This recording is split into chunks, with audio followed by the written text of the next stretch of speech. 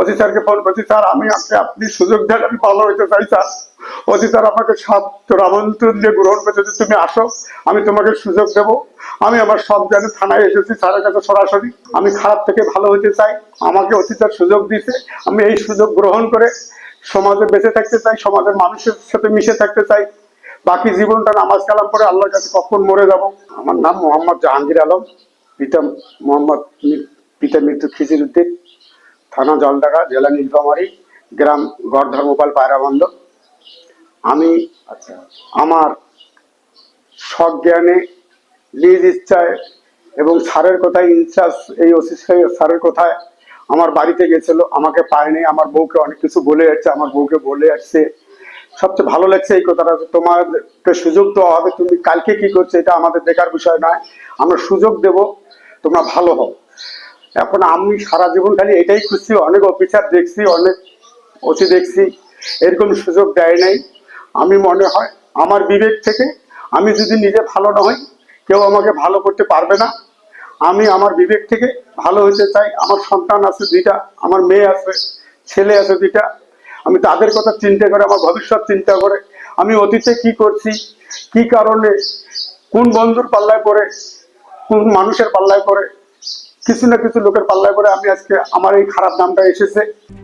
RICL TMX, যুগের পর যুগ স্থাপনা থাকে মজবুত।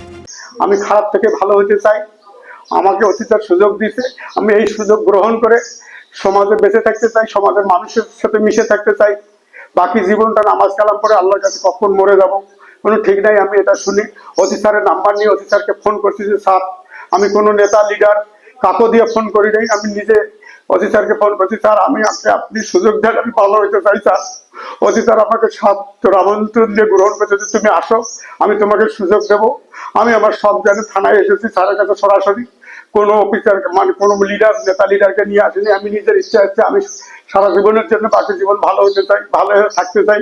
কোনো মিথ্যা মামলার সাথে আর জড়িত থাকতে চাই না, কোনো মামলা যেন জীবনে না খাই, এমন কোনো কাজ না করি সমাজে ঘৃণিত কাজ যেন মামলাকে আবার জেলে যেতে হয়। এইভাবে বাকি জীবনটা বেঁচে থাকতে চাই, এই অঙ্গীকার আমি অতি স্যারের কাছে করছি। অতি স্যার আমাকে বলছে তুমি আসো, তোমাকে আমি ফুলের তোড়া দিয়ে বরণ করে দেবো। এবং আমি অতি স্যারের কাছে একটা দাবি করছি, সমাজের কাছে দাবি করি, দেশের মানুষের কাছে দাবি করি, আমি একটা কর্ম চাই স্যার।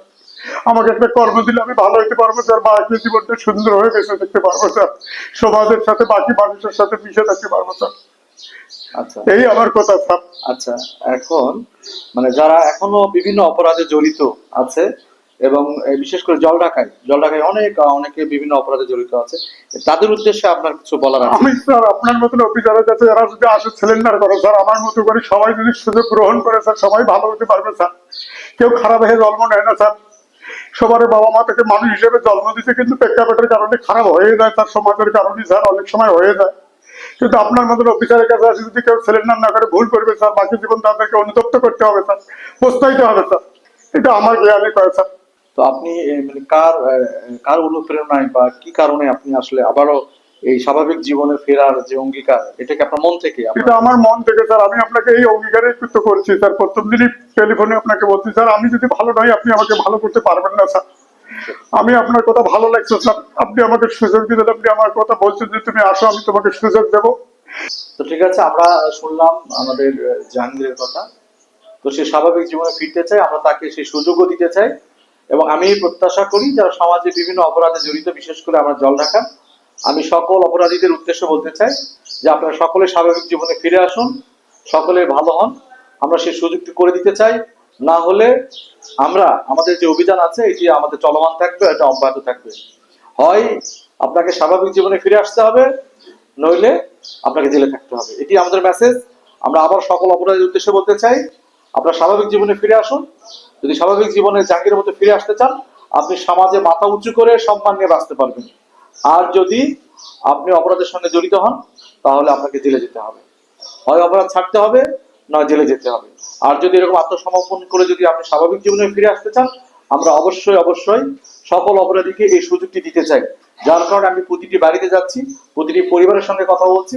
কারণ আমরা মনে করি, আমরা বিশ্বাস করি যে প্রত্যেকেরই সৎ হওয়ার বা ভালো হওয়ার এবং স্বাভাবিক জীবনে ফিরে আসার কিন্তু অনেক সুযোগ আছে। এই সুযোগটি যারা গ্রহণ করবে তাদেরকে আমরা সাধুবাদ জানাই।